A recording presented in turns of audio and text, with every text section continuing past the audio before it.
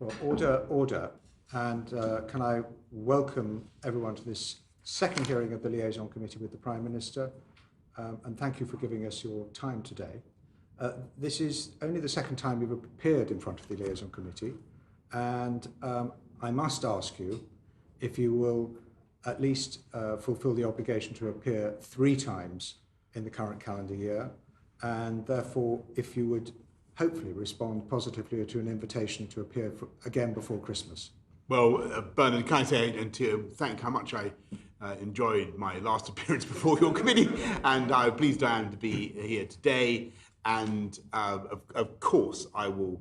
I know that Prime Ministers typically try to come to the Liaison Committee at least 3 times a year. This has been an exceptional year, but I will make sure that I look carefully at my diary and do my utmost to oblige your distinguished committee. Right, thank you very much, Prime Minister, and I'll take that again as a yes.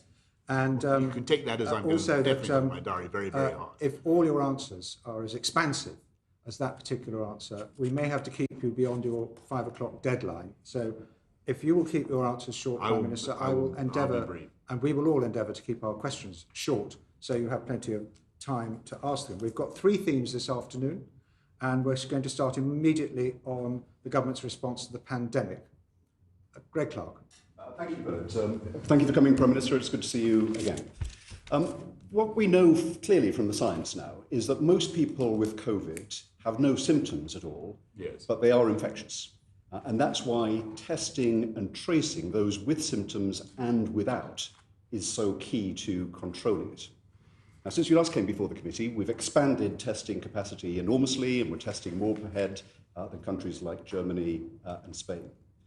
Yet this week, even people with COVID symptoms in Kent are being told they've got to go to Cornwall or Scotland for a test, or being told that there isn't one available at all. So do we have currently enough testing capacity available? No, the short answer to that is no, we don't. And we don't have enough testing capacity now because in an ideal world, I would like to test absolutely everybody that wants a test immediately. So when will we have that capacity? Let's be in no doubt that, however, that there has been a massive increase in testing capacity. It's gone up from 2,000 acknowledge March that, Prime Minister. to following the chairman's directions, let's consider when will the capacity be in place? We'll be up at 500,000 by the end of October. By the end of October. The Health Secretary told the Health Select Committee that it would be within 2 weeks. What's happened since then? Why has it been put back? Sorry, what would be? A week ago, Matt Hancock told the Health and Social Care Select Committee that the problem would be solved within 2 weeks from then. That's a week from now. What's happened from now till then to make it go? Well, I said, great, Ben, I said we'd be up at 500,000 a day by the end of October. Okay. And 500,000 a day, will that be enough to meet the demands that you project at that time? Well, we sincerely hope so, but what has happened is that demand has massively accelerated just in the last couple of weeks. And if you look at the graphs of people either asking for a test, getting on the website, ringing up for a test, they're going up. Why do you think that is, Professor? And I think the reasons for that are, I think that many people are seeking to get a test in the hope that they can thereby be released to get on with their lives in the normal way. And people who have come into contact with someone who has tested positive, for instance, they're seeking to get a test to ensure that they're okay to go to work. And that is perfectly reasonable. And I understand why people are doing that. But the advice and the guidance is that people should seek a test not in those circumstances, but when they have symptoms. And what we're setting out today, or setting out in very shortly, is the priority of the groups that we think should have tests, and the Health Secretary will be setting that out. As they do in Germany, we'll be starting with with those who have symptoms, which are clearly the group that needs to have tests. And I think that in the case of schools, for instance, it's very important that people teachers, parents should look at the guidance about the Public Health England guidance from NHS Test and Trace about when you should get a test. So if, taking the school, is it the case that if whole classes are sent home to isolate for 2 weeks because someone has a cough in the class, if that's going to happen, are we not just going to be in a kind of rolling system of school shutdowns that's going to wreck education for the year? That would be wrong, and that should not be happening, because the reasons for sending such a class home or a bubble home would be if, as I say, if somebody tests positive. But the whole class has to go.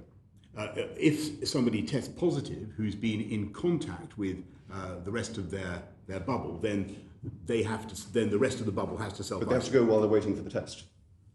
They have to go while the person is waiting for the test. No, so they have symptoms. They should go in the event of a positive test. So they shouldn't vacate the school or the class until that person with symptoms has been tested positive. That's correct, and if I may say, I think it would be of great advantage to the committee to consult the guidance that's been issued by Public Health England and NHS Test and Trace on that precise matter. On the 500,000 figure, scientists on SAGE have said that 500,000 people a day will have symptoms consistent with COVID in a normal winter, a winter without COVID being present.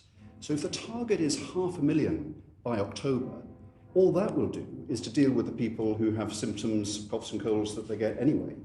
So that won't be enough to deal with the additional risk of people with COVID symptoms, will it? We believe that with the additional tests that we're laying on by ramping up NHS Test and Trace, we can make a very substantial difference. But you're making an entirely reasonable point. That's why it's vital, and you're making a point about the big increase in demand that we're seeing. That's why it's vital that those specifically with COVID symptoms should seek a test, and you should take steps that those who've been in contact with somebody who's tested positive should only do so, should self-isolate on the basis, as I say, of a positive test. Just a final reflection, Chair. We knew at the start of the pandemic, everyone has agreed, the evidence my committee has taken, was that the virus spread because we didn't have enough testing capacity to test asymptomatic people. 6 months on, it feels like we've been here before.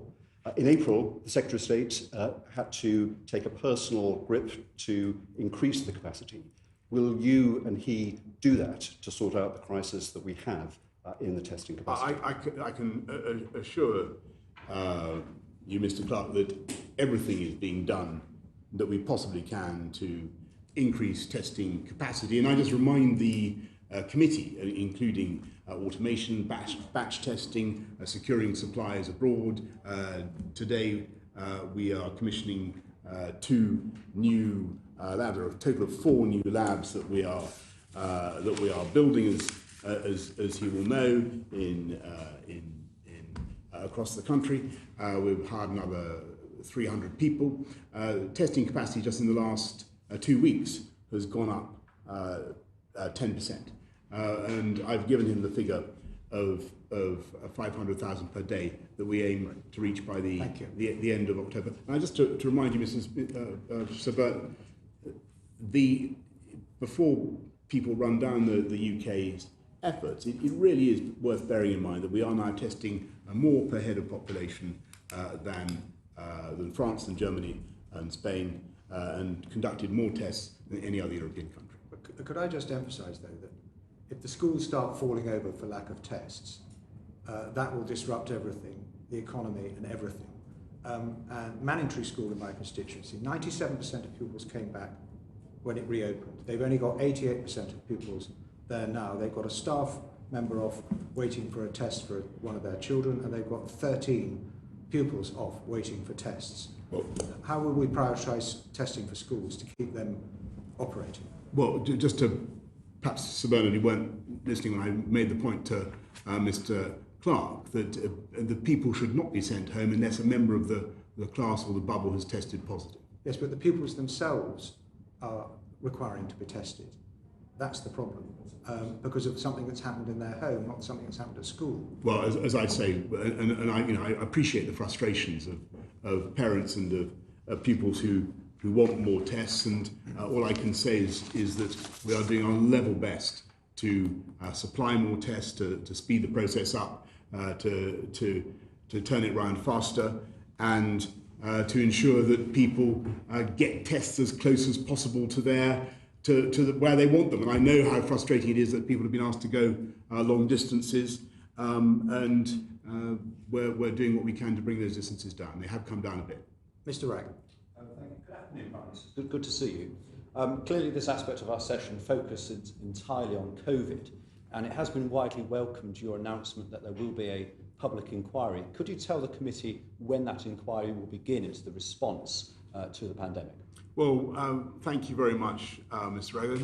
We don't, well, of course we will have a lessons learned inquiry. We will look at everything that has gone wrong and gone right. We will try to work out what we can do to do things better in future. Of course, that's the right thing to do. I have to say, I don't think that would be a good use of official time at the moment. We've just been having a long discussion about the very, very pressing need to ramp up our testing operation. Huge numbers of officials across government, across the country, are involved in that right now. Well, establishing any inquiry now would mean it probably will start in the new year. So what is the impediment to getting that background work underway? Just the one I mentioned. And is there any further thought in terms of what rapid response that lessons learned that you've learned already? Could you give some key examples of those and how they've been implemented? I wouldn't want to anticipate the work of any such inquiry. But as you said, work must already have been done for rapid response and lessons learned already in the course of the pandemic. So could you give some specific examples of that? Well, I think we've learned all sorts of things, and I think it was Greg who said earlier on that one of the things that's really changed our thinking is the high level of transmission that is now asymptomatic, and that's changed the way we respond. There are all sorts of things that we're learning the whole time. Okay, can I just take you on to issues around the civil service more broadly, because clearly its ability to respond to the pandemic has been and will continue to be key. So could you outline why you think the civil service requires reform? Well, I think that the civil service does an outstanding job. I think that's the first and most important thing to say. I venerate our civil service, and I think that they are fantastic public servants, and I think that they deliver extraordinary things every day for the British public and every level of government. I do think that, as I think I said in a speech in Dudley, I do think perhaps one of the lessons that we need to draw from this, and perhaps what Greg and others have been talking about in the case of testing, maybe there are some times when we need to be able to move faster. Project speed is of great value, I think, to the workings of our civil service, and we certainly won't be shy of reform where it's necessary. And of course you are the Minister for the civil service, so how do you envisage that reform taking place and when? Well, there are changes and what I hope are improvements going on the whole time. But I wish to stress to the committee that these are not being done in any spirit of disapproval of the ethic of service or the performance of our civil service. Our civil service do an outstanding job. What we want to do is to try to make sure that they can perhaps respond faster, better to the needs of the public. So any such reform wouldn't alter that fundamental established relationship between ministers and civil servants? No, I think that the Northcote-Trevelyan principles are extremely important. So when should a minister resign rather than their officials? I believe that ministers should, of course, be responsible, and indeed I, as the Minister for the Civil Service and Prime Minister, take full responsibility for everything the government does. Could you explain the difference perhaps between that responsibility and ministerial accountability? Yes, I think ministerial accountability is really before Parliament and before the electorate. Can ministers, for example, dismiss civil servants? I think a minister is entitled to make clear that he or she believes that the operation of the department would be better if things were different. Yes, I do think it's essential. So, for a minister to resign, does it require a failure of policy or a failure of its implementation? I think a minister obviously is accountable for all the failures that government can be blamed for. Of course, that's right. Right. Thank you, Sir Bernard. Thank you. You're very efficient. Catherine McKinnell. Thank you, Sir Bernard. And Prime Minister, women attending anxious antenatal scans alone, induced into labour without their partner, struggling to access advice and support, facing postnatal depression alone. Why did the government reject almost every one of the 23 recommendations by the Petitions Committee on supporting new mums during this COVID-19 crisis? Well, Ms. McKinnon, to the best of my knowledge, that's not what happened. My information is that there was a very active campaign led by, I think, Conservative female MPs who felt very strongly that this was the separation of mothers from birth partners was wrong, and I totally agree with them. And I said as much in the House this morning. No, Prime Minister, I'm talking about the Petitions Committee report that you personally pledged to Bethany Jade during Prime Minister's People's Questions that you would read it and look at it and take on board the difficulties faced by many new mums during this COVID-19 crisis. The Petitions Committee made 23 recommendations, most of which, almost all, the government rejected, even as basic as putting information in place for employers so they know how to respond and support pregnant and new mums. Why did the government reject them all? And could the Prime Minister today pledge to look at it again and genuinely commit to supporting new mums during this COVID crisis? Well, I certainly am happy to look at what we can do to support new mums, and I think actually we've done a huge amount investing in postnatal care, in supporting the mental health of new mums, at the moment, we will certainly do it that. is easier for an expectant father to go to the pub or to go grouse shooting than to attend his own baby's growth scans. The government needs to do much more. If the Prime Minister could personally commit to looking at that report, which he has already promised to do, and report back to my committee, I'd be very grateful. Well, I'm very, very happy to write to the Thank you. Honourable Lady. And in Scotland and Wales, children under 11 are excluded from the numbers when it comes to COVID restrictions. And it means that families can have the informal childcare that they rely on to get to work. It also avoids a situation in England where a mum and dad can go to the pub with multiple strangers but cannot, if they have 3 children, see their grandparents at the same time. Would the Prime Minister commit to looking at this again in light of the science and common sense in England? Well, obviously, you're making a point that many people are making across the country who want us to relax the rules.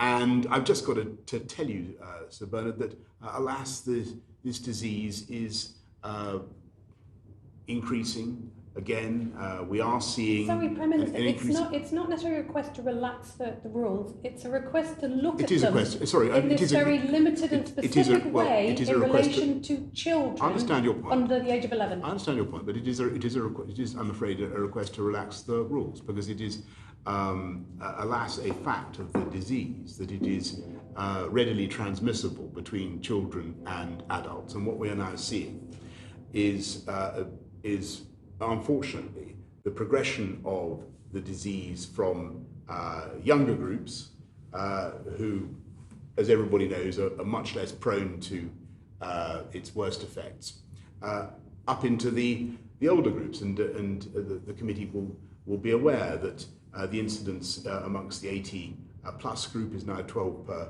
100,000, where only a few days ago it was about half that, and it is growing.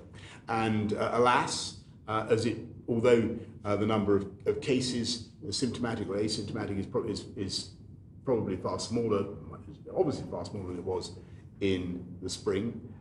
We must expect those infections proportionately to lead to mortality. That is the reality. So I'll take that as a no, but it brings us back to the issue of testing, which I know you've already responded on. But it's been reported that if you land in an Italian airport today, you can get tested for COVID and have your result in 30 minutes. Meanwhile, constituents are reporting to all of us here in Parliament that there is total chaos for them in the testing system. Chaos that will lead to another lockdown. It will lead to hundreds of thousands of jobs being put at risk and lives. What is the Prime Minister practically going to do urgently to get a grip on the current testing situation?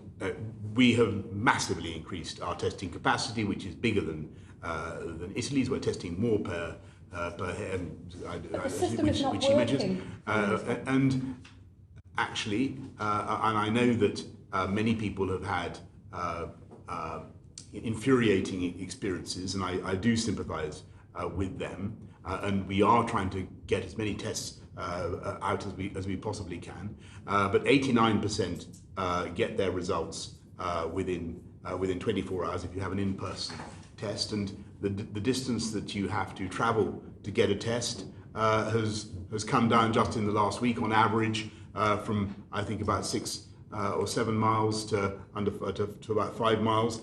We are putting out many more tests, and as for the test at airports that she mentions, you'll know that alas, in the large majority of cases, instant tests at airports can produce false negative results which give people a false sense of security. I would say, Prime Minister, that it's not frustrating or infuriating for people. It's deeply worrying and anxious for people who need a test and want to know whether they have COVID and do not want to spread it.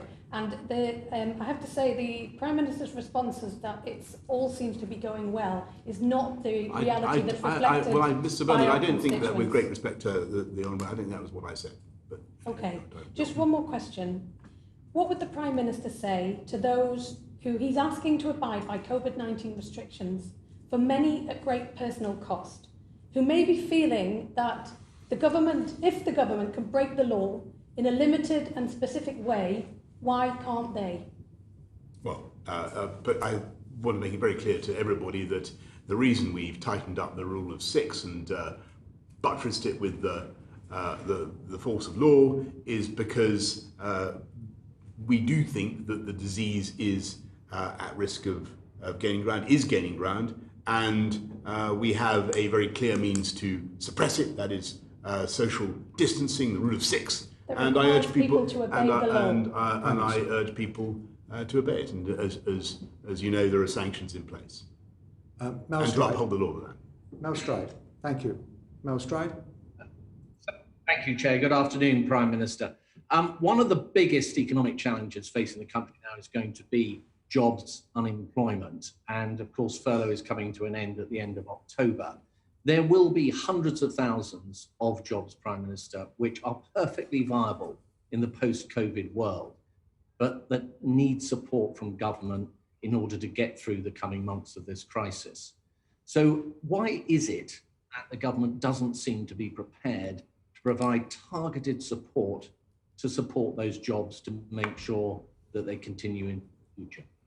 Well, first of all, Sir Bernard, Mel, I just point out that this government has done more than virtually any other government around the world to support people at risk of losing their jobs because of COVID. The coronavirus job retention scheme, furlough. The furlough money is 80% of people's incomes, compared with, I think, 70% in France, 70% in Spain, only 60% in Germany, and going forward, Mel, to get to your question, we will continue to show a great creativity and flexibility, which the Chancellor has shown in trying to look after every sector of the economy. We're not just fighting for one sector of the economy; we're going to fight for every sector of the economy. Mel Stride.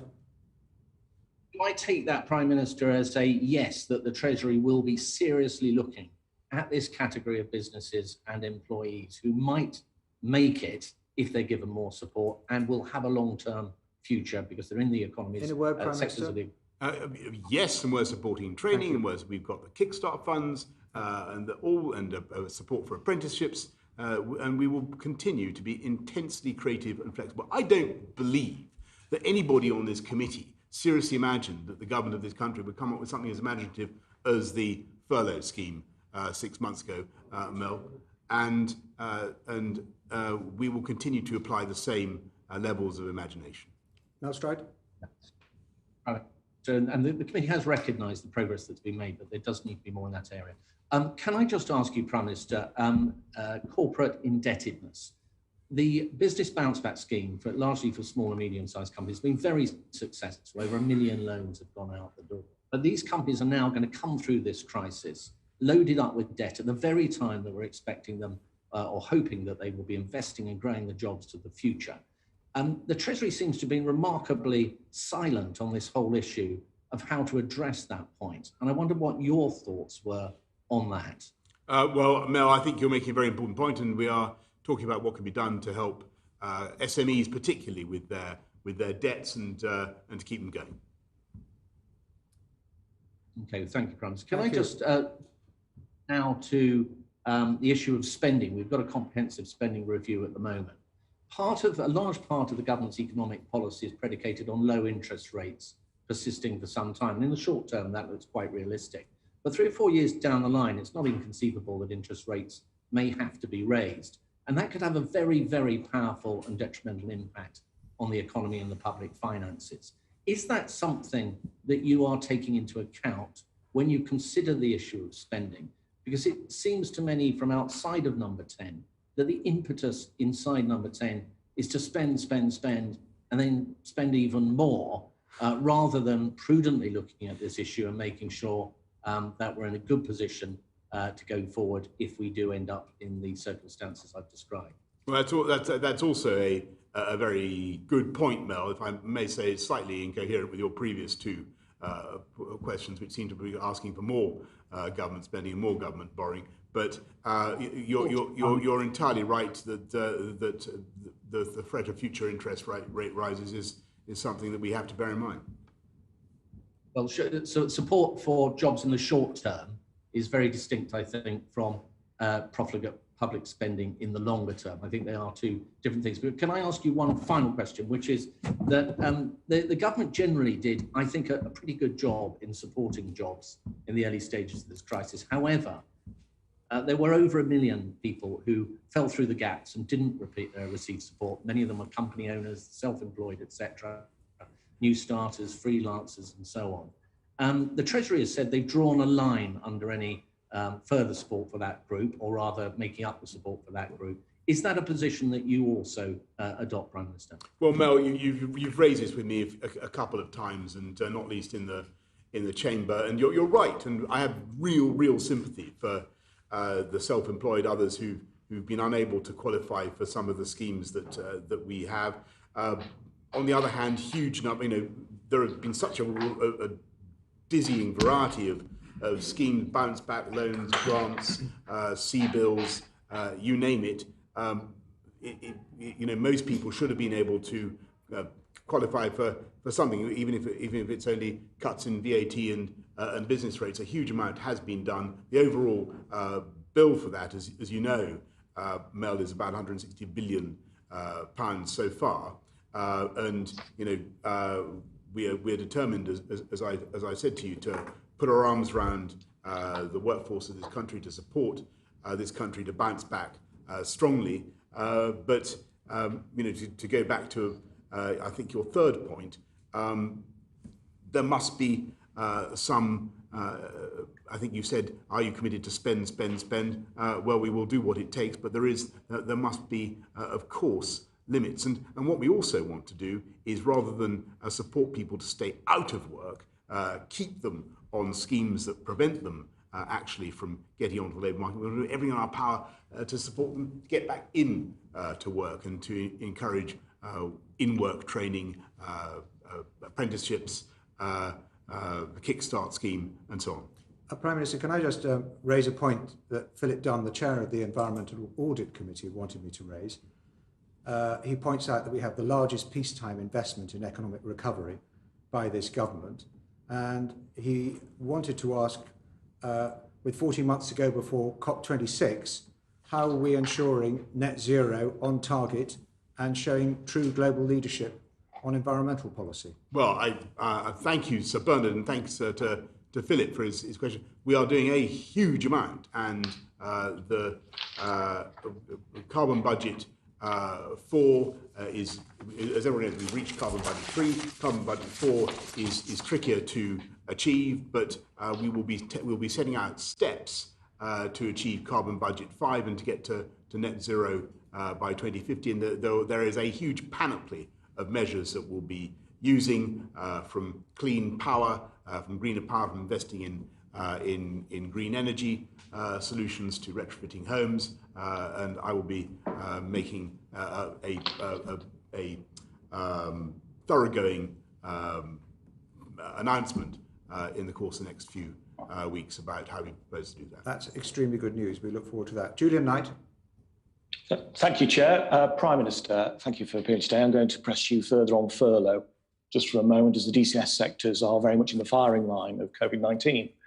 Over 40% of workers in arts and entertainment are still furloughed, while 70% of theatre workers are freelancers. Is it morally right, Prime Minister, that these people face losing everything come the end of the furlough scheme in October, particularly as it is the government's own restrictions that makes it impossible for them to work and makes their businesses unviable? Well, I know how maddening it is and how difficult it is for everybody in the arts, so the culture sector, the sporting world, local football teams. What we've done is there's a big investment in the arts and culture sector, 1.57 billion, but we've also got specific funds to help everybody through a very, very tough time. But the best answer to all of this is to get these businesses going again, and to get the theatres lit again by having the virus down and having a testing regime that allows us to do that. And that's what we're working for. Okay, Boris, just on that point then, you said only a week ago that you indicated that theatres could be, and I quote, much closer to normal by Christmas. But by your own admission, true mass testing will not be widespread before the spring next year. Do you recognise that we need to find smart ways to ensure that the likes of theatres and live music venues can open at a very specific date in time, so that you have some certainty, without strict social distancing? Yes, I do.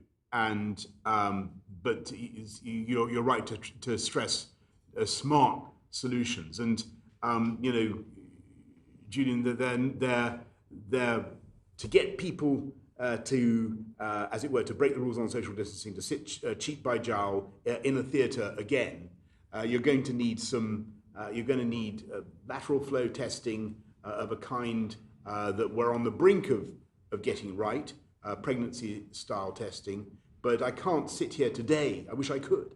I can't sit here today and tell you, in spite of what Catherine says about tests at Italian airports, which I'll have to check out. But we are a long way off, I'm afraid, or still some way off, having those instant pregnancy-style liberating tests that tell you whether you are infectious or not. That's what we're working for.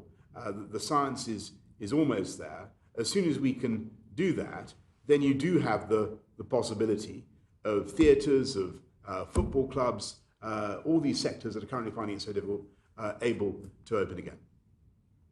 Okay, well, the 1.57 billion package that you referenced earlier, of course, is very welcome, but we'll only keep some venues going for the relatively short term. These sectors, which are world leading and bringing huge value to the UK economy, will need a long-term plan of recovery, sector specific. Are you aware of that reality, and what are you going to do about it? Well, of course I'm aware of that reality, because I used to represent those interests directly in my capacity as mayor of this the city in which we now sit, and because I know vividly their importance to our country and its prosperity, and it's absolutely vital. This is a sector that generates probably 16 billion pounds a year, huge quantities in taxation and employment, and they're vital for our prosperity. So are you committing, Prime Minister, to a sector-specific recovery plan for the arts and culture? Yes, that as you know, there already is such a plan underway. Okay. Now, in terms of national debt right now, just a final question. We're currently at levels not seen since 1961, when we were still paying off the war. In all honesty, Prime Minister, can this country afford a second national lockdown? I don't want a second national lockdown, Julian. I think it would be completely wrong for this country. Can we afford it, Prime Minister? And we are going to do everything in our power to prevent it. And can we afford it? I very much doubt that the financial consequences would be anything but disastrous. But we have to make sure that we defeat the disease by the means that we've set out. And so when I see the people saying, arguing against the rule of six, or saying that the government is coming in too hard on individual liberties and so on, I totally understand that. I sympathise with that. But we must beat this disease. Thank you, Chair. Thank you. And can we just remind ourselves, Prime Minister, that musicians, singers and performers, they are a part of a very large group that have fallen through the cracks of the support schemes available. They're economically very distressed and emotionally very distressed because they can't fulfil their vocation. If this is going to go on for much longer, what can we do for them? Well, thank you, Sir Bernard. And I just really, at the risk of repeating what I said to Julian, what we need to do is to get back to a world where everybody meeting together to sing, to perform in a traditional way has a ticket to ride, as it were, the knowledge that you are not infectious, that you have a green light on your head saying I can't transmit it to you, and so both the performers and the audience have that confidence. Meg Hillier. Thank you, Chair. Prime Minister, already 11% of pupils are missing school, even though most are back. So what are you going to do to support schools to make sure that those pupils don't slip further behind? Well, Meg, what we're doing is just to clarify your figures. It's absolutely correct to say that we've got 11% of, I think roughly 11% of kids not yet in school, but that is not because of problems in the classroom with COVID. It's only 1% of schools that have got. No, Prime Minister, but Chair, I was only asking what are you going to do to support the children who are not in school. What we are doing is a record investment in schools of 14 billion and about another £1 billion to help schools catch up with. Prime Minister, your figures are a bit out. Actually, the per pupil funding has gone down by over 6% in the last decade. So the record funding is only in the last year on the top of cuts. But so what are you actually practically going to do? And are you going to learn the lessons of the failure of test and trace and make sure that local schools and local councils can be in the driving seat to make sure that pupils don't lose out? Well, great respect. I'm surprised that you're taking quite such a hostile tone. But we are increasing the per pupil funding to £4,000 for primary school, £5,000 in secondary school. Prime Minister, can I just ask though, that's a long-term plan, which we know about. No, it's happened just now. Right, and that's happened just now. And if I can, and on your point about what you call the failure of test and tracing, I'm respectfully going to reject that characterisation. Because I think that although it has huge problems, and although many people are deeply frustrated, as several colleagues have pointed out, actually I think that they have done a quite remarkable job in expanding that operation from a standing start. And yes, there's a long way to go, and we're going to, and we will work night and day to ensure that we get there. But I would not want the many thousands of people who are working now to deliver test results to think that this House of Commons, people in this House of Commons, are seriously accusing them of being failures. Well, because I don't think that's true. Prime Minister, but you yourself have set the targets along with the Health Secretary. You've now set the moonshot target of ramping it up to £10 million. Who's going to be leading that charge to make it get to 10 million a day?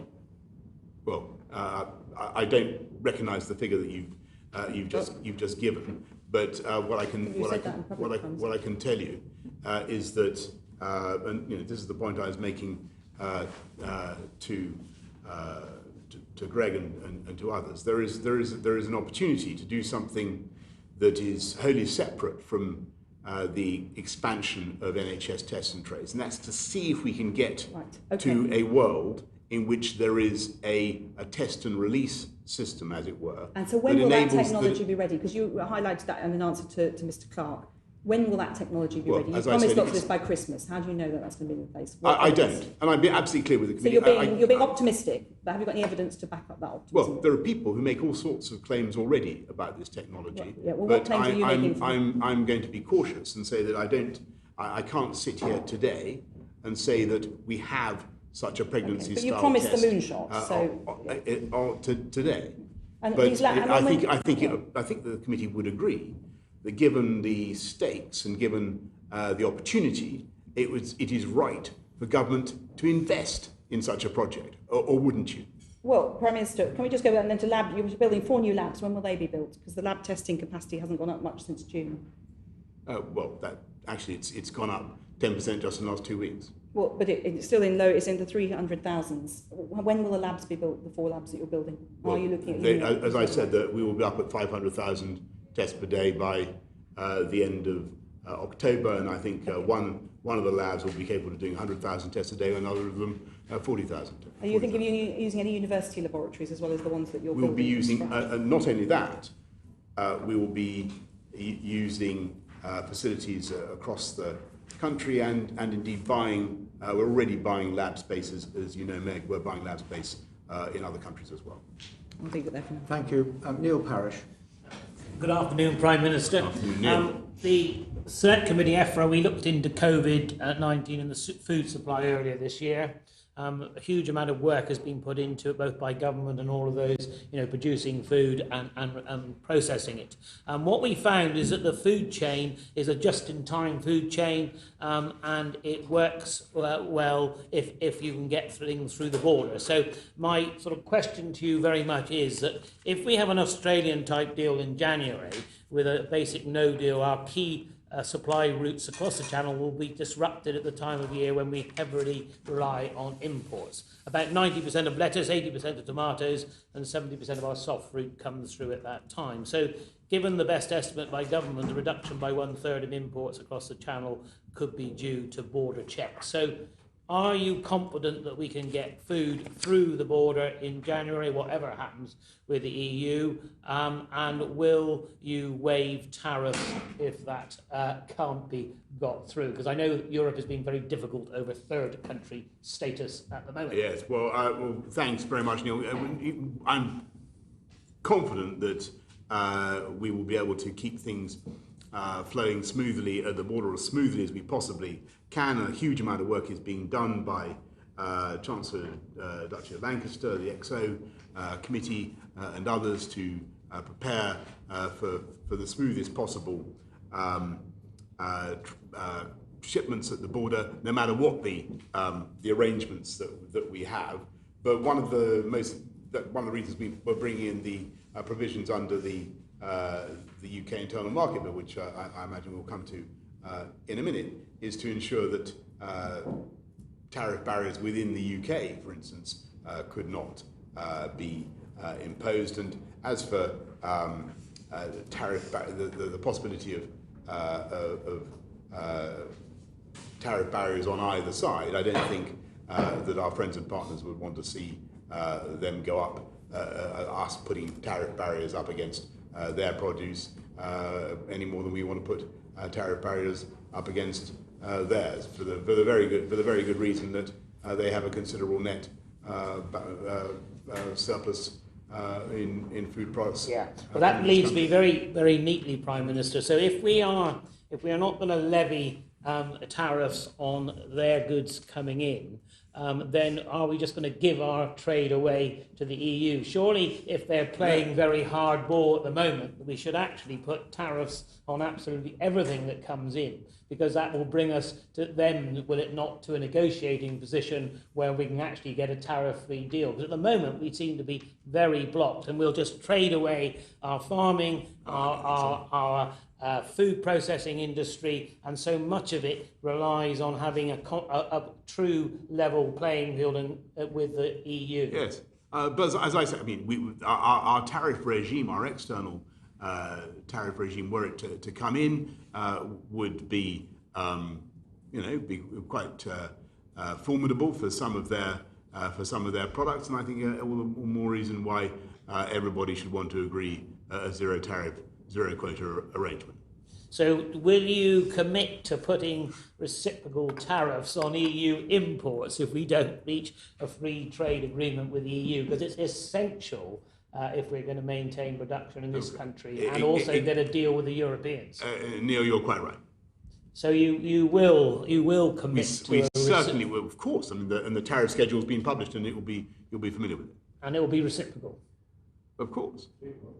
Okay, thank you. Very good. We're moving on to the Brexit section. Hilary Benn. Thank you very much. Good afternoon, Prime Minister. Can you tell us whether the Advocate General for Scotland is still in post or not? I'm afraid, Mr. Benn, I can tell you, all I can tell you really, as far as I know, that conversations on that matter are still continuing. Right. Now, last week the government confirmed that the Internal Market Bill does break international law. And we heard your justification in the debate on Monday, so you don't need to repeat it in front of us today. Why are you not prepared to rely on Article 16 of the Northern Ireland Protocol, which you negotiated and with deals with how you resolve any disagreements, rather than engage in law breaking? What's wrong with Article 16? Can I just take it that we've moved on from COVID and we're now on? We have. Thank you. Henry, what we're trying to do here, and on the legal position and why we need to do this, I kind of direct you to what the Attorney General said as she's tried to summarise her the legal position. What we're trying to do here is really provide a belt and braces protection against extreme interpretations of the protocol, what I think my learned friends would call an abus de droit, and the way to a watertight bulkhead, as it were, to avoid our legal. Thank you. Our legal advice is that we need to go further than Article 16. Why? And to put in the protections described in the bill. Why does the government think it needs to go further than Article 16? Because we believe that that is the only way, with the notwithstanding clauses that we have, that are currently in the bill, to provide the certainty and the protections that we're talking about. Is that because Article 16 is defective, or is it because you think you would lose in an arbitration case? It's because we think that in order to provide the protections that are necessary in the very limited range of circumstances in which it might be necessary because of an extreme interpretation of the protocol, we think it would be necessary to have the notwithstanding clauses on the face of the bill. Did you not realise this when you negotiated Article 16? Well, I mean, that's a fair question, but on the other hand, I think we also Sorry, what was the answer? Did you not realise this at the time? When you signed it off? I believed and still believe that our friends and partners in the EU will negotiate in good faith and will apply common sense and reasonableness. And the reason for the clauses in the bill is, as I say, as a belt and braces, as a safety net. Okay. Now, do you think that the EU is negotiating in good faith? Well, alas, they began months ago to get to the question about the question Neil raised, we had an opportunity for them to lift this issue of third country listings, and they could have said, of course, under no circumstances will we stop agricultural products going from you to us, or that's clearly absurd. And yet they have signally failed to do that. So are they negotiating in good faith? And so I'm afraid, alas, as I've said, I don't believe that. You don't. So why did the Northern Ireland Secretary tell the Northern Ireland Affairs Select Committee that, in his opinion, the EU is negotiating in good faith? Well, it is always possible that always possible that I am mistaken, and perhaps they will, Ms. Smith, perhaps they will prove my suspicions wrong, and perhaps they will agree in the joint committee to withdraw some of the extreme suggestions that I've heard, and all will be well. But until such time, I prefer to have protections that guarantee the integrity of this country and protect against the potential rupture of the United Kingdom. When you decided to announce the government would break the law, did you anticipate that your 5 predecessors, 2 former leaders of the Conservative Party and the Attorney General who helped you negotiate the Northern Ireland Protocol and signed it off legally, would all say to you, don't do that? Well, I have the utmost respect for all the gentlemen and ladies in question, but I've got to tell you, I think that it's the duty of a UK Prime Minister to protect the integrity of the UK against any extreme and irrational, unreasonable interpretations of the protocol. That moves us neatly onto irrationality. Can I turn to what happens at the end of this year? Now, you said recently that leaving the transition period without an agreement would be a good outcome for the United Kingdom. Can you explain how, to go back to Neil Parish's point, tariffs on UK exports to the EU, which could be as high as 90% by value on beef, more than 61% on lamb, those are the figures used in the House on Monday, and of course 10% on cars, represents a good outcome for those sectors of the British economy. What's good about that for them? Well, it's of course it's not what this country wants, and nor and Neil, I think, got to the right answer. It's not what our EU friends and partners want from us, and therefore I have every hope and expectation that won't be the outcome. You're running over your time, Ms. Ben. You're running over your time. Very crowds a yes or no answer. Will the Goods Vehicle Movement Service be ready by January? Well, as I said, we're doing everything in our power to get ready. There's a massive amount of work going on to get business ready. We're investing in border preparedness, about 705 million going into that. Anybody who needs advice, needs to know what to do. We have government websites set up for the purpose. A huge programme of engagement is going on. But will it be ready? I believe that we will get through it, and of course there may be difficulties, but we will get through it very well. Thank you. Sir William Cash. Prime Minister, this internal market bill and indeed the Section 38 and the Withdrawal Agreement Act of 2020 deliver the promises that were made to the British people on the question of leaving lawfully leaving the European Union, which we've done. And in addition to that, the fact is that the referendum itself and the general election results endorse those decisions. So that is the actual position, as I said in the debate a couple of days ago. Amendments are being proposed which many people may think would jeopardize the very comprehensive manner in which those promises are being delivered.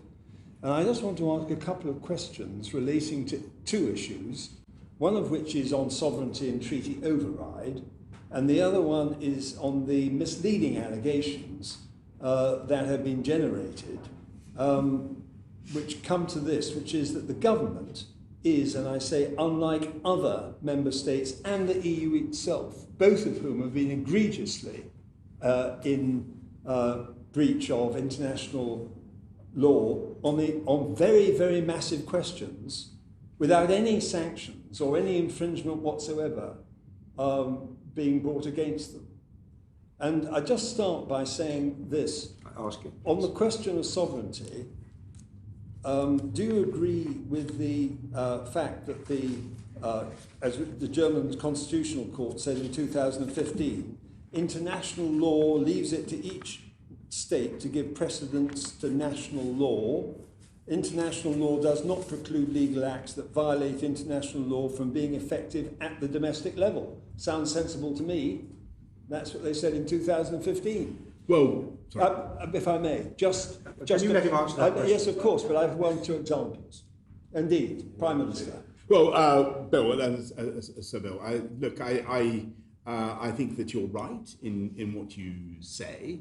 I think that it is essential that we uphold the will of the people in the way that we are, and it is also right that we should have a system that allows us to protect parliamentary sovereignty, but also to protect the economic, the political, geographic integrity of the UK, and that's what this does. Now, on the question of some of the examples that I have here, in the first place, just to get this one out of the way, on the question of treaty overrides, I have something of the order of 20 examples of overrides in UK statute of international EU law, just for a starter. And I'm sure that these matters will have been brought to your attention, but this is by no means an unusual situation. It's just that they don't like it, which may be another way of putting it. The second thing, which is in a way more substantial in terms of the current heated debate that's going on about the breach of international law, which Hilary Benn just mentioned. Could I perhaps just mention to you Chancellor Smith actually said in a debate, we breached applicable international treaty law, the IMF treaty, in multiple ways. We've neither complied with all the rules, the procedural rules of the treaty, nor have we complied with the substantive provisions. Or take Chancellor Schroeder, 1999. We sent our warplanes, etc. We bombed a sovereign state without a decision of the Security Council in violation of international law. Or, for example, the manner in which Angela Merkel unilaterally suspended, tore up the Dublin regulation with respect to the Syrian refugees, which raised a lot of questions about potential terrorism, for example. Can you ask a question?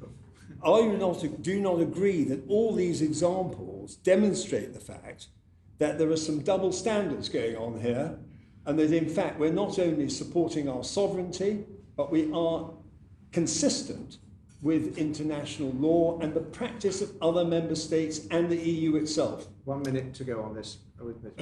Thank you. Well, I don't really want to repeat what I've already said, except to say, look, I think on this vexed issue, you've got the committee has what the AG has said about this. I repose my confidence in that, and I just tell the committee that I think this is really about us as a country being able to ensure that our friends and partners don't do something that I think people would think was unreasonable or extreme in the interpretation of the protocol. It's about belt and bracing, and there are various situations that you could imagine that it would be important for us to protect the integrity of the UK, tariff barriers, blockades on food, unnecessary checks, and so on. We can readily identify those. What we're trying to do is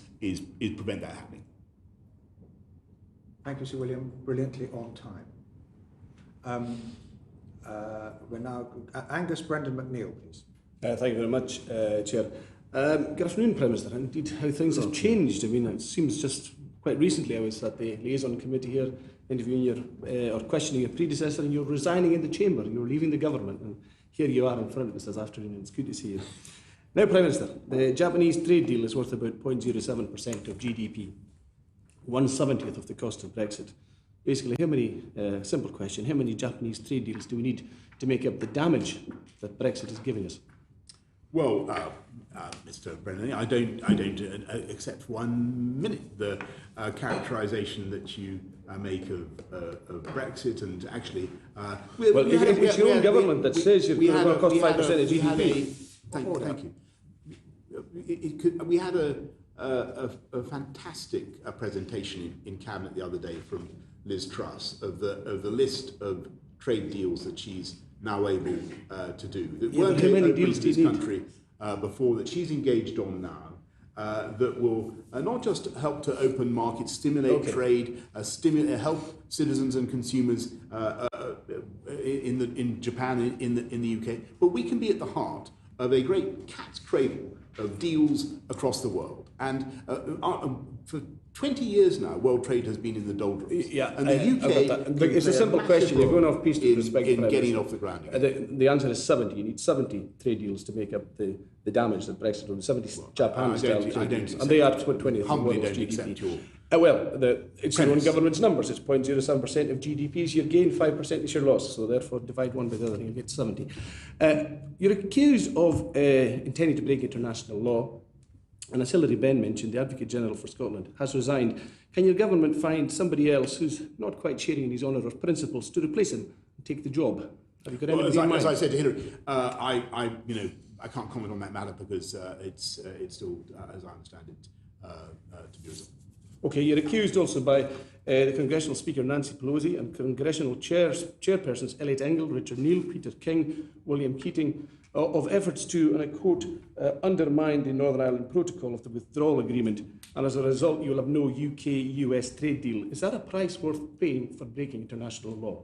I have the utmost respect for all the for Nancy, for all the people that you, the distinguished congressmen, senators that you mention. But I think that when they understand, what they see, what we're trying to do, I think they will share our ambition and our concern, which is to protect the balance. So does Nancy Pelosi misunderstand the situation of the Good Friday of the protocol? Did Nancy Pelosi and the chairpersons misunderstand? And to protect the peace process in Northern Ireland, and that's where have they got it wrong? Does Nancy Pelosi get it wrong? Does Nancy Pelosi have it wrong? Is she wrong? Is Nancy Pelosi wrong in that assertion that the four chairpersons have written? Possibly the vital importance of protecting the symmetry of the Good Friday Agreement is something that may have been lost so far in the presentation of this matter, and I have no doubt that it's something that will be readily appreciated by our friends. You're accused also, Prime Minister, of having a centralising state, and clearly independent Ireland has more autonomy in the European Union than Scotland does in the United Kingdom. Now, the reality is that the European Union you demonised is a lot more flexible than the UK you preside over, isn't it? And are you proud of being the Prime Minister of such a centralising state? Well, Neil, I really have to disagree very, very strongly with that. But Ireland's got less independence than Scotland. I would point out that if you look at actually what is happening as a result of Brexit, underpinned by this UK internal market bill, powers are being handed directly back down from Brussels to Scotland, 70 or more, and if the Scottish nationalists... It seems the Scottish government misunderstands your Nancy Pelosi now. I they probably do. If the Scottish nationalists really want to reverse that process, go back into the EU, you'd be giving back control of energy, of agriculture, a huge number of policy areas, and above all, you'd be giving back control of your fisheries. You'd be giving back control of your fisheries, and that point cannot be, and I know you're trying to interrupt me from saying this. I need you to hurry up and be quick with your answers. Enough. You're not respecting... Less interrupting, please. You're not respecting democracy in Scotland, Prime Minister, but the good news is, and the happy reading is, that poll after poll shows that Scotland wants independent. It wants to be independent like the Ireland I mentioned earlier. When will you agree to the Scottish Government's request for a Section 30? Will you ever agree to the Scottish Government's request for a Section 30 to hold an independence referendum? The Scottish Nationalist Party fought the referendum in 2014 very clearly on the understanding that this was a once in a not at all. generation. That was not written in the Edinburgh Agreement. Order. That was Let him answer the question. something that I believe both Nicola Sturgeon and Alex Salmond said at the time in persuading people to cast their votes. They voted. You said you died. They voted overwhelmingly or very substantially to stay in the union. I believe the union. So are you going to be the same? I believe the union is a great and a beautiful thing, and I think we yes should, or no? Yes, I think we should keep it, and I don't think that a generation has elapsed since 2014. And my understanding of human biology. So that, is that about a no? 15 seconds left. Is that a I no? don't think a generation has elapsed. Is that a yes or a no? It is a statement of the obvious that I don't think a generation has elapsed. So it's a no to a Section 30, regardless of the wishes of the Scottish people. And the polls said very clearly shown independence. in 2014 that this was a once in a that was generation. not said. That was not said clearly. That's not in the Edinburgh Agreement. Moving Was on. that not said I by think. the Scottish? Next Not time in the I'll Edinburgh sit, Agreement. order. Next time I think I'll sit you further away from each other. A bit more social distancing would help. So Bob Neal. Thank you very much, Chairman. Good afternoon, Prime Minister. So Bob. Legal questions, but of a different kind. The government's committed to maintaining practical criminal justice cooperation, as the words of the Minister, with the EU after the 31st of December. We leave at the moment and lose access to the European arrest warrant, the Europol and Eurojust systems, and in particular the criminal justice information systems. ECRIS, the Criminal Records Information Sharing System, and the databases under Schengen Information System 2. What practical steps are we taking to ensure that we continue to have access to those critically important matters? All those, Bob, as you know, and you're quite right, that there will be changes, but the safety and security of UK citizens will continue to be our number one priority, and we still believe there's ample scope for cooperation with our European friends and partners. And I won't go into the detail of the negotiations, but a huge amount of work is being done to ensure that the priorities of the British people are achieved. On extradition, for example, the 1957 Convention has been described as slower and more awkward and cumbersome than the current European arrest warrant. You and I remember Hossein Osman, the failed London bomber. He was brought back under the EAW in 8 weeks. It could be months or years. Are we prepared to seek to negotiate our way back into the EAW once we're there? Well, as I say, Bob, we certainly want to have arrangements that protect British citizens and that ensure speedy justice, including under extradition. The National Crime Agency said that loss of access to SIS2 would seriously inhibit our ability to identify and arrest people who are a threat to our public safety. To get into the information systems, we need to have an agreement on data adequacy and equivalence. What is the state of progress on seeking a data adequacy agreement with the Well, Bob, you're quite right. We do need to be able to exchange information in real time on DNA, on identity, on all sorts of things, and that's part of the negotiations right now. What's the time frame for concluding that? Well, the risk, of course, you have a gap. We hope that we will be able to reach an agreement, and above all, we want to protect the UK public. Do you want to do that by the 31st of December? Is that the objective? We were very hopeful that our friends and partners will see the logic of reaching an agreement, because after all, they have symmetrical concerns. Precisely. Is it possible, do you think, to decouple some of those issues from the controversy around some trade matters? I think that's not something that's favoured by the EU. Right. Would it be by the UK government if need be? We want to get on and just settle the whole thing. The other issue that's important about data is, of course, it's important to financial services, both financial services sector as such, and also to the British legal sector, which is, on its own is worth 60 billion to the economy.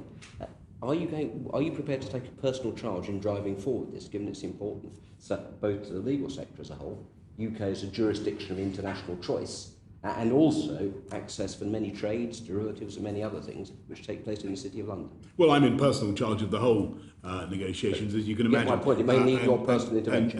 And I'm following each dossier very carefully. and I have high hopes that we'll make progress. Final topic I wanted to turn to, we will also be leaving the Brussels II arrangements, which enable the mutual enforcement of judgments, including in civil cases and in things like maintenance cases, child access cases, where one of the partners is in the EU and one in the UK, but also things like commercial contracts, very important issues to us. The Lugano Convention is not as good. We have sought to accede to Lugano. At the moment, EFTA members of the Lugano Convention accept our joining it, but the EU members are not at the Commission. It is not as yet prepared to accept our joining, and that's unsatisfactory. Are you prepared, if need be, to go to the member states as well to put pressure on the Commission in the EU to say this is in the interest of your nationals and your businesses that we must join? I'm concerned that the atmosphere that we have around some other matters will prejudice what are basic things which should affect people's lives and the flow of business. Yeah, you're making a good point. I know that Hilary Vans also raised the issue of the Lugano Convention in the House. I think the fundamental advantage we have in this is that we've all got skin in this game. Our friends and partners also want to see judgments upheld, and I hope very much that that common sense will prevail. Final thing, can we perhaps ensure that these important issues are not lost? Do you understand? There is a real concern, both in the criminal justice community and in the legal fraternity. These things get lost. No, I mean, you're totally right to worry about that, Bob. But I can tell you that we are keeping an eagle eye on every aspect of the negotiations. And you're right. There's a lot of plates being spun at once, but I've got great faith in our team. Except for perhaps continued updates on these aspects of the negotiations will give comfort to British firms and businesses. Well, Miss Bernard, if I could just say, pursuant to my earlier commitment to scrutinise my diary, I think we should be able to come back to this. I hope before the end of the year. Thank you, Bob. Thank you. Briefly, Meg Hilliard. Thank you, Chairman. Prime Minister, your Justice Secretary says that the Internal Markets Bill only breaks international law if the powers are used. Your Minister, Brandon Lewis, says it only breaks the laws just by granting the powers. Which of those two is correct? Who's right? Meg, well, I want to thank you. I want to go back to what I said. I think to Bill and to Hilary and others that I think that look at what the AG says in her summary. My position is so who is right? Just for clarity, who's right? Your Justice Secretary? My position is the AG's position, and the objective of these measures is to protect this country against accidental or unreasonable measures that break up, or serve to break up our UK. So you say it's the AG's. Which of those two ministers then is right? Because they can't both be. Well, I've given you my answer. Right. Can I just ask very briefly about the future relationship? The white paper in February said, and I quote, "Whatever happens, we will not agree to any obligations for our laws to be aligned with the EU's or for the EU's institutions, including the Court of Justice, to have any jurisdiction in the UK." Can you assure voters that is still your objective? Yes. And can you explain, you've highlighted the food blockade issue as one of the casus belli for this bill, but then you told the House of Commons we're not taking powers in this bill to neutralise this threat. So we obviously reserve the right if threats persist. So why aren't you just putting it in this bill like you are putting in? Because it's a very good question. Because there are important problems that we do address in this bill: excessive checks, misconstruction of state aid rules so as to govern the whole of the UK rather than and so on and so forth.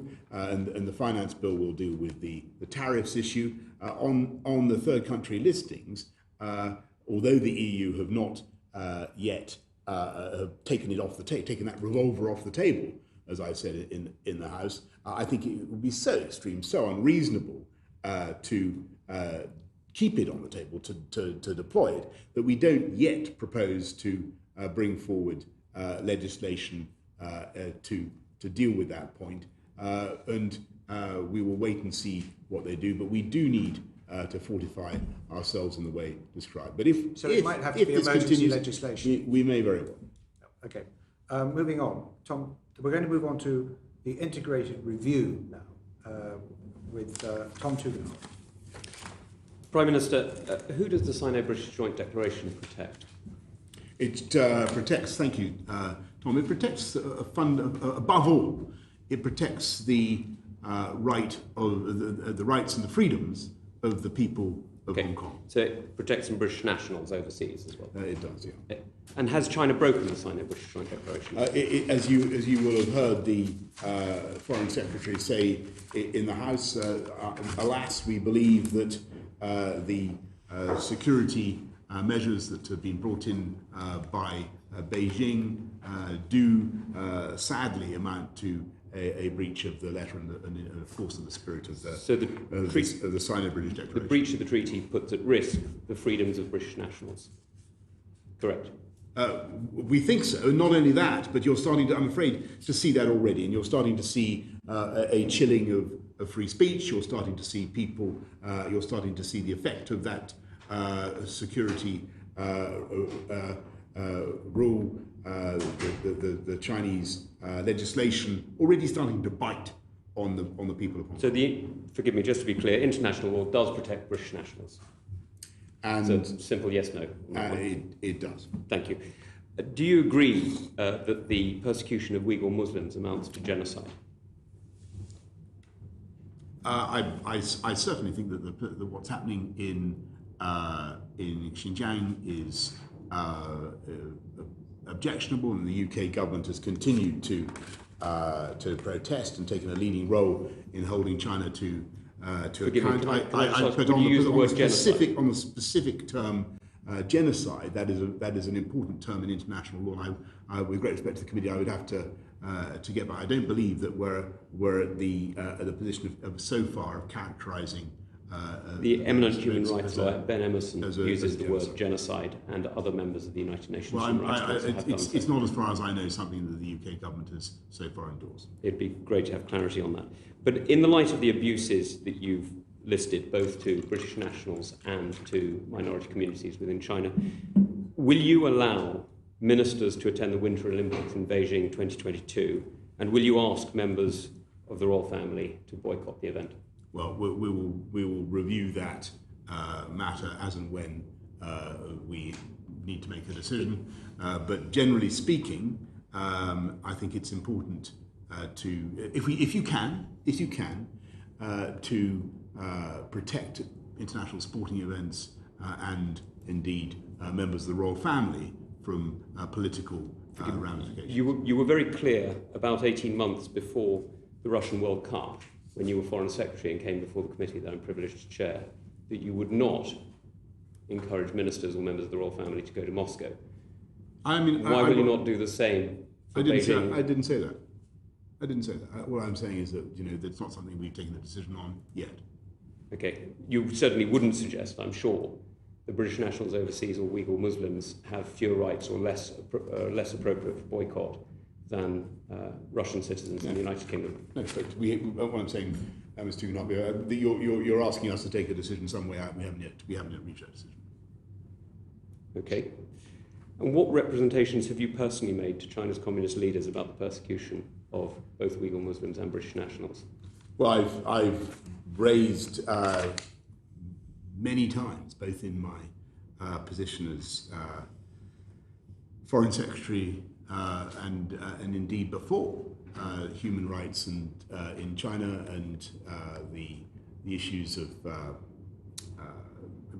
Tibet, Falun Gong, and all kinds of issues where we in the UK wish to be very clear with our Chinese friends that we do not, Hong Kong being the most recent and the most notable. And on Hong Kong, I think that the UK can be very proud of what we did in deciding that the BNOs and their dependents should be able to come to this country, and I think that was the right thing to do. And as part of Britain's support for the international rules-based system, would you agree with your friend and indeed mine, Minister Konotaro, former Minister of Foreign Affairs of Japan and former Defence Minister? Surname first, if he's Japanese, presumably, so Konotaro, but yes. Would you agree with him that Japan should be looking to be the 6th member of the Five Eyes community? Well, look, I mean, well, I think there's certainly a big opportunity here, Tom, for the UK to bring together like-minded democracies. The Five Eyes is a particular group, has a particular coherence. It's not something that our Japanese friends have yet raised with me. It's an idea that we're thinking about, but we have a fantastic relationship with Japan, a very close defence and security partnership, as you know, and that might indeed be a very productive way to build on it. But we'd have to work with other Five Eyes members. May I just ask? You've been very forward in pushing for a global vaccine alliance. Will you organise a G7 COVID conference as soon as possible after the US elections to bring in any new or existing administration into a vaccine alliance? Yes, as you know, we had the Gavi summit raised about $9 billion for global vaccines, particularly for COVID. And one of the things the UK is going to do with the G7 is to try to bring the world back together after COVID, because it has been a disaster for the fights at airports over PPE, the borders that have sprung up around the world, the sequestering of stocks of drugs, you've seen a return to nationalism, nationalist priorities in a way that I think has been very depressing for those who believe in globalism and believe in internationalism. And we certainly want to use our G7 presidency. Organisations like the WHO, I profoundly think that they are of huge value to the world. And so, in free trade, which we've talked about earlier, on health matters, and in the fight against climate change. May I move on? May I make one last question, if I may? In that case, you'll agree, of course, that tariffs are a tax on the British people. But let's just move on. Very last point, and say what advice. I certainly agree with that. I thought you would. But what advice did you get from the Foreign Office, and most particularly from Dame Karen Pierce, our ambassador in Washington, on the impact of your latest statement, the Secretary of State for Northern Ireland's statement, would be on the Anglo-US relations now and under a possible new Biden administration? Did you get any Foreign Office advice? If I did, I wouldn't tell you, because it wouldn't be right, Tom, to talk about the advice that good civil servants give to ministers. But since I'm not aware of such advice, it would be odd. I can tell you that I'm not aware of. But it would be odd. Would it not be odd if the Foreign Office had not given advice on the change in an international treaty? No, I'm not aware of any such advice. But if I were aware of it, I wouldn't tell you. Thank you, Prime Minister. Will that do? Moving on to Sarah Champion. Thank you, Chair. Prime Minister, are you looking to amend the 2002 International Development Act? What we want to do is to, if by that do you mean, do we want to move away from the 0.7? Is that what you're saying? No, I don't. I mean the Act in itself, so the commitment, for example, to the definition of what constitutes aid. Oh, I see. Forgive me. What we want to do is to, and I'm afraid I'll have to reserve my position on amending the Act and go away and come back to you with further better particulars. We'll follow that up. But what we certainly want to do is to ensure that, and it may not be necessary to amend the Act.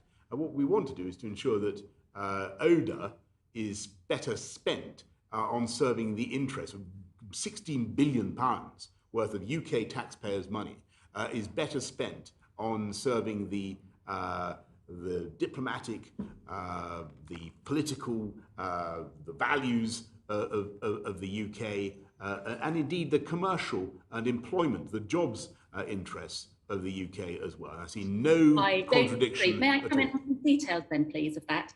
So the integrated review states that it has an Indo-Pacific focus. Which regions that we currently support will lose out then, and who do you think will fill the gaps? Well, you're asking. It's like asking, you know, a lion to choose between its cubs, and we won't. We aren't going to get into the game of deprioritize. You know, I can't tell you now which area of the world you know, must therefore logically be subject to the subject of less UK, because I don't accept that idea at all. If you look at what we've been doing, actually, when I was Foreign Secretary, we opened embassies around the world, and that's going to continue to be our approach. I think that global Britain has got to be more outward-looking, more engaged than ever before. But the integrated review does say that Britain will have an Indo-Pacific focus. So therefore, by logic, that means that it's going to be shifting away from other countries. So which countries are they going to be? No, but I've just rejected that logic. I don't think that's true. Okay, well, I look forward to that future then.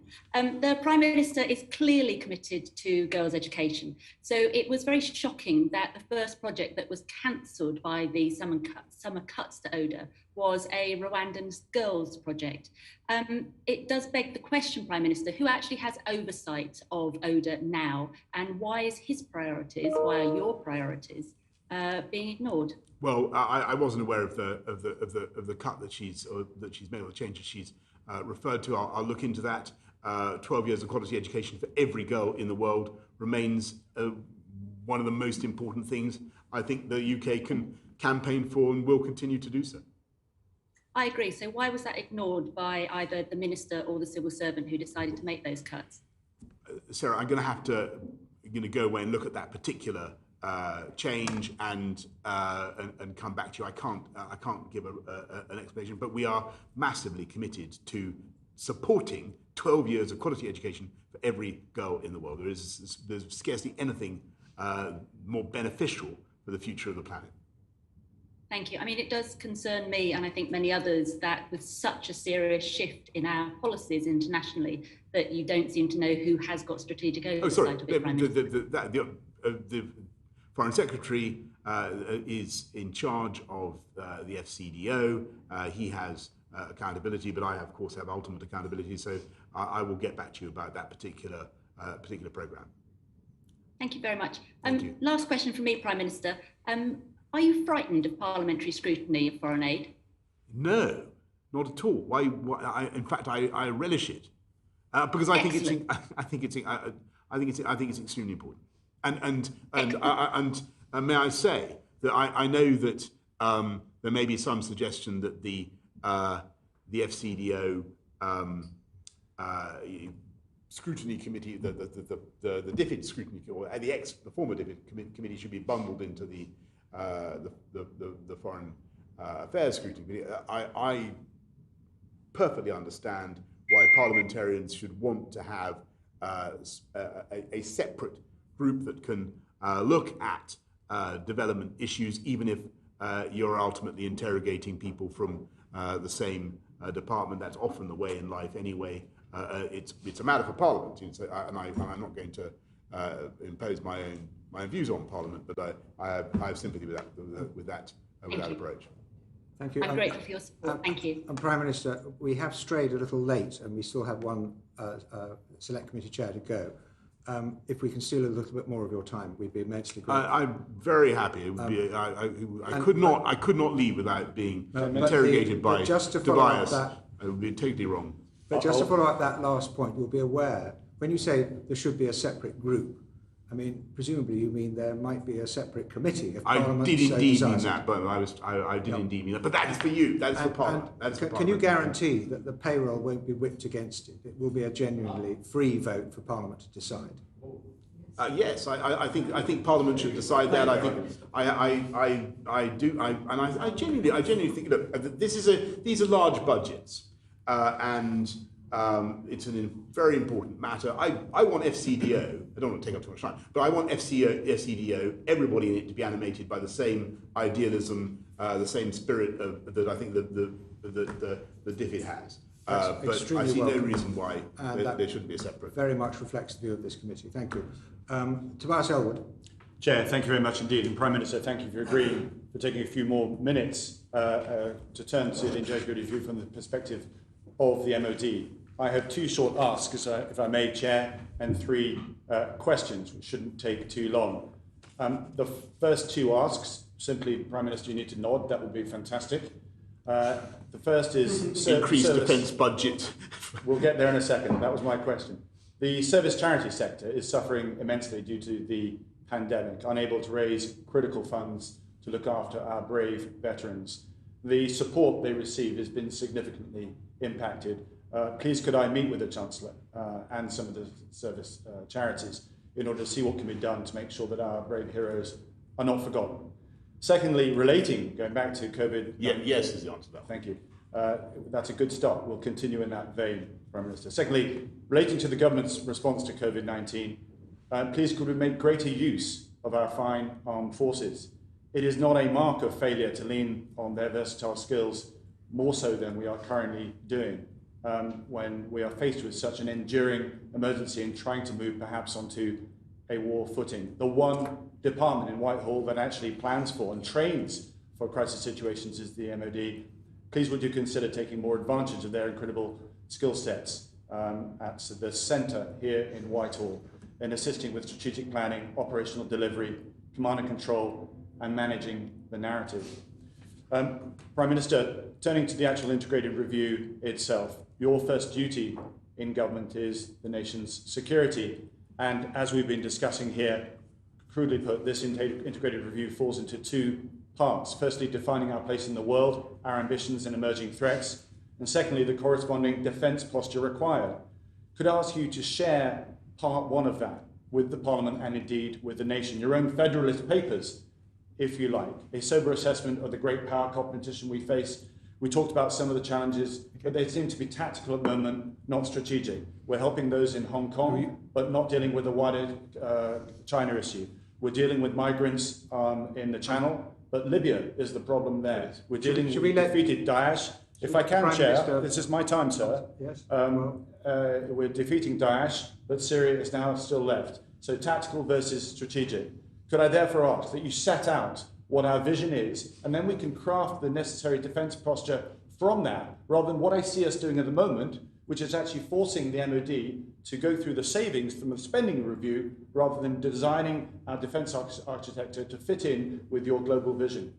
Well, thanks very much, Tobias. I think it's important to note that this country is not at war at present, but of course we are engaged in defending, protecting, supporting people around the world where the UK has an interest. And I pay tribute to our armed services for their engagement around the world. And you're right in what you say, by the way, about the medical officers of our armed services. They are outstanding. I've met many in the course of the last 6 months handling this pandemic. They're fantastic people, and I've been bowled over by the way our armed services have led the way in distributing tests around the whole of the UK. A fact that I hope is not lost on our distinguished friends from the Scottish Nationalist,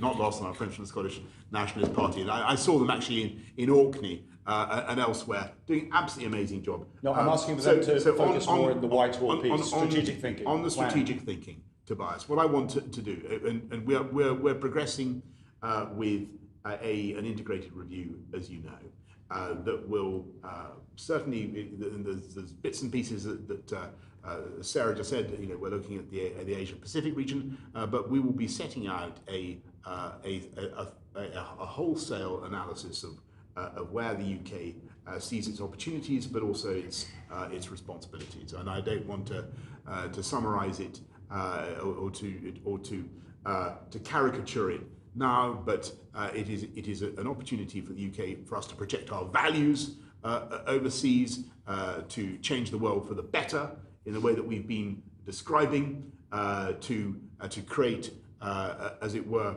to open up opportunities for the UK around the world as well. And the animating principle will be not just the need to project UK ideas, UK values, but also opportunities for jobs and growth here in the UK. Okay, I hear that, but I still make the case please express what Global Britain in detail means so we can then craft the necessary defence posture from that rather than just forcing savings onto the three services. So I can move on to the second question, which is to do with the defence budget. You said we're not at war, and absolutely that's correct, but there's far more activity beneath the threshold of normal conflict. The character of conflict is changing. We are going through a period, an era, far more dangerous than any time since the Cold War. So I simply ask, in recognising that we want to play a role on the international stage, that comes from our respected hard power. Will you commit to ignoring now the 2% GDP, because that means little because of the pandemic and the impact on the economy, but a real terms growth 0.5% increase in our defence budget as previously committed by the last government to make sure that we can invest in our armed forces to recognise the changing threats that we face? As you know, Tobias, we are increasing our defence budget by 2.6% above inflation in 2019, 2020, 2021. We're the only, we've made the 0.5 commitment from which we do not resile. We're increasing spending by 180 billion in defence equipment alone, 180 billion pounds on defence equipment alone in the next few years, up to 2029. And we're one of the very few countries in NATO to spend 2% of our GDP on defence. So, I totally, you mentioned Libya earlier on. You mentioned all sorts of theatres where the UK could be doing more and will be doing more, and we'll be setting a lot of that out in the course of the review. I hope that is the case, because there is an absence of international leadership, and I think there's a desire for Britain to play a greater role. My final question is on equipment, exactly. Very quickly. Yes, Chair, but I think the Prime Minister is willing to stay. I welcome the increased investment in space and cyber security, absolutely.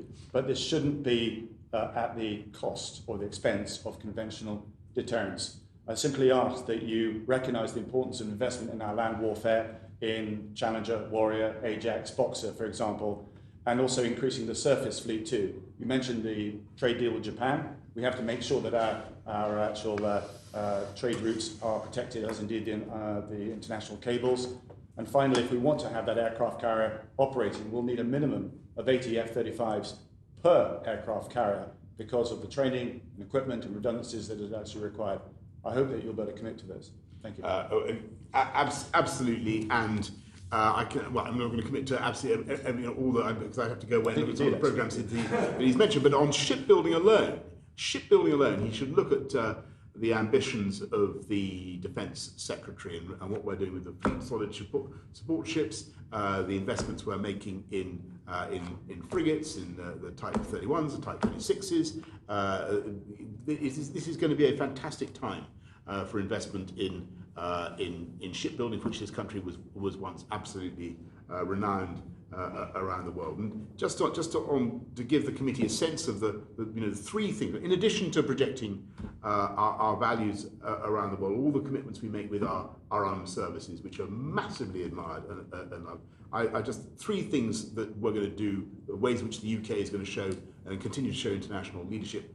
I've mentioned already bringing the world back together in public health, Gavi, vaccines, the quest for a cure for COVID. And at the moment, it's totally vociferous. We need to unite the world. Number two, trade, and that's already been discussed. The UK, world trade's totally in the doldrums. The UK can lead on that. And the third and most obvious is climate change, the struggle there, bringing the world together in the run-up to COP26. Three huge projects for global Britain, and you'll be reading a lot more about that, and we'll certainly be setting out at least some of that in the integrated review, but there'll be a wealth of other detail that we will cover. Prime Minister, thank you for your time, and Chair, thank you. Well done. Prime Minister, you've been very generous with your time. There are actually two follow-up questions, if you could bear it. Absolute pleasure. They're very quick. But I can't tell you what joy it gives me. The first from Angus Brennan McNeill. Thank you very much indeed, Mr. Chairman. If you won't interrupt the answer. No, I'll do my best not to. I'm sure the answer will be concise and to the point and accurate and brief. There have been press reports in the last 48 hours of lorry queues of 7,000, because you mentioned trade there, of 7,000 lorries, 70 miles in length, 2 days to clear. I mean, if this happens, and in Kent, it'll make the COVID COVID loo roll crisis looks like a walk in the park. Now, if it happens and the supermarket shelves are empty because of this post-Brexit scenario, who will be responsible for this? For stuff not getting to the supermarkets, for 7,000 long lorry queues? Would the buck stop with the Prime Minister? I don't think anybody will be under any illusions about who's going to be held to account for that, and it's certainly going to be me and the government. Oh, good. Thank you. Thank you. Greg Clark. Thank you, Chair, and thank you, Prime Minister. Going back to COVID for a final time, are you aware, Prime Minister, of how frustrated many young people are feeling who are having to make a huge sacrifice for the rest of us with laws like the Rule of Six, when a 20-year-old is vastly more likely to die in a road traffic accident than they are from COVID?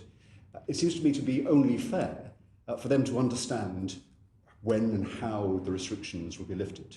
So what test will govern how that happens? Well, Greg, the first thing to say is yes. I mean, we think about this every day, and I don't think there can have been a government in modern history, as I said this morning, that has faced such painful dilemmas between having to restrict people's everyday lives in the way that we're having to do for the sake of protecting the public, protecting more vulnerable people, and ultimately, of course, in order to defeat the disease.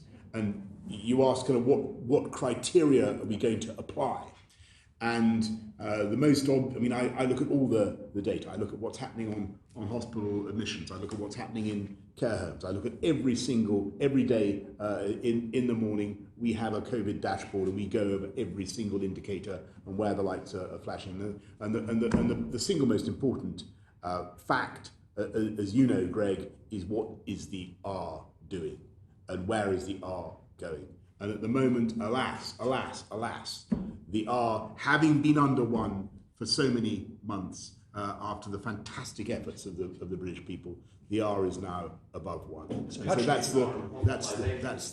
the most important thing we have to look at. Now, Sir Patrick Vallance, your chief scientific advisor. One question, Greg. Absolutely. But he said that the R number was the right thing to measure early on in the epidemic, but it's not the right thing to be using now.